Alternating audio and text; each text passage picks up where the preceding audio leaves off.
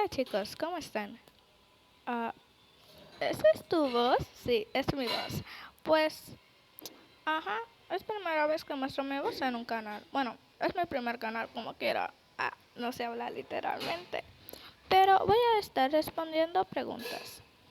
De dos. De dos. Sí, solamente de dos. YouTubers también. Que son avatubers. Bueno, vamos con la primera que es de Mari Marci.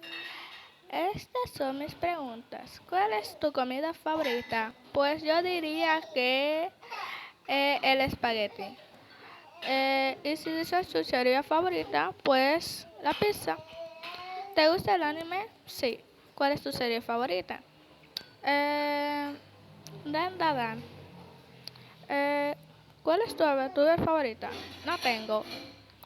¿Qué quieres estudiar de grande? Doctora. Eh, ¿Qué pasatiempo te gusta? Pues yo diría que leer y ver anime. ¿Tienes pareja? No. ¿Tienes mascotas? Tenía, porque se me murieron y una se perdió.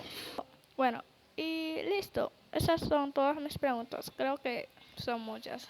No son muchas. Y muchas gracias, Mari Marci, por las preguntas.